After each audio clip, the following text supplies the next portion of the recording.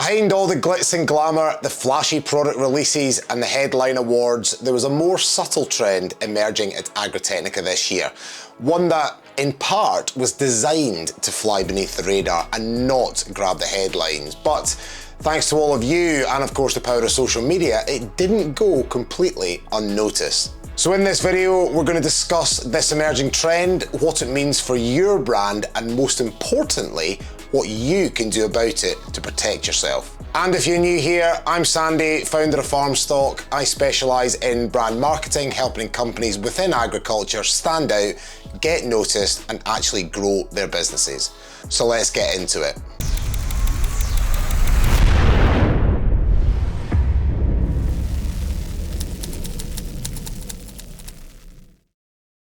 I am, of course, talking about the presence of Chinese firms at Agritechnica this year and their push into European agriculture.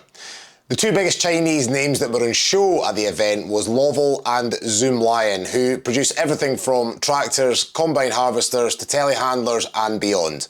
Now, this really isn't anything new. These brands have been around for decades, but their push into European farming really should serve as a wake-up call to all Western brands at a time when money really is very tight in the industry.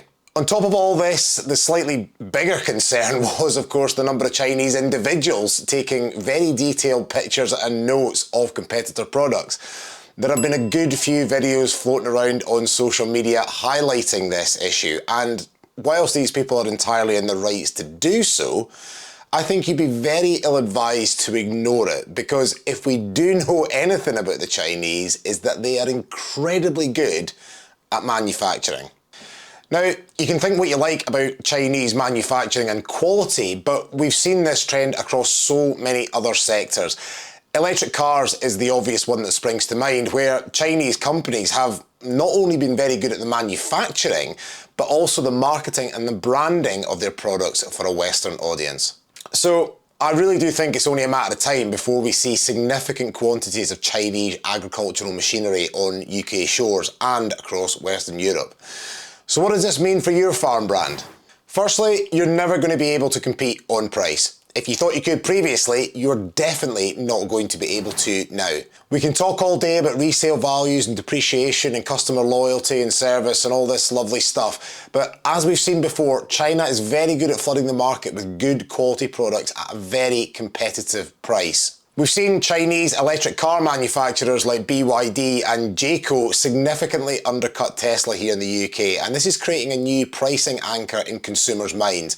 If Lovell sells a similar spec tractor for 20 or 30% less than an established brand, that raises a question to the farmer as to why am I paying such a premium for another brand? Secondly, I think European or established brands are going to have to work even harder and double down on what truly makes them valuable. Gone are the days of just relying solely on heritage alone and expecting people to just buy because we've been in the game for 50 years. Companies are going to have to work even harder to justify their premiums in an increasingly price-sensitive world. In other words, premium positioning is going to have to be felt rather than just assumed. So how can established brands protect themselves from this onslaught of Chinese manufacturing? The most important thing to recognise in all of this is the power of brand. Chinese companies will be able to copy all of your product features and technology, but they will never be able to copy your brand. So how do you do this? Well, you're going to have to double down on your story marketing rather than your spec sheets. I've been banging on about this for long enough now, but marketing in terms of features and benefits is going to become increasingly ineffective and, quite frankly, damaging to your brand. Start by communicating your company's story, your heritage, and your unique perspectives on the world. Build trust with farmers by showing real stories from the field through customer testimonials or product performance. Show the real cost per acre and not just the initial RRP. Going forward, you're going to need to be able to differentiate beyond your products and services. Look at your perspectives, your opinions on your sector and the industry, and really don't be scared to share what you believe.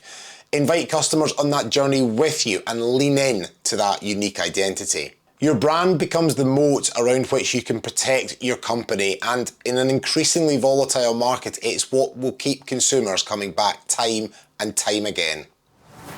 European and Western brands won't beat Chinese competitors on price, and I believe it'll become increasingly difficult to beat them on features and benefits. The real battlefield will be that of brands. The real competition will be on things like trust, familiarity, service, and the real stories that provide long-term value. The brands that are able to clearly communicate them will stay premium and will stay chosen.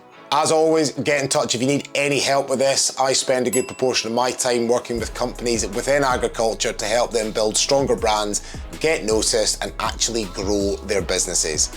And if you want to find out more about building a strong brand and how to make your farm business impossible to ignore in 2026, then click on this video here.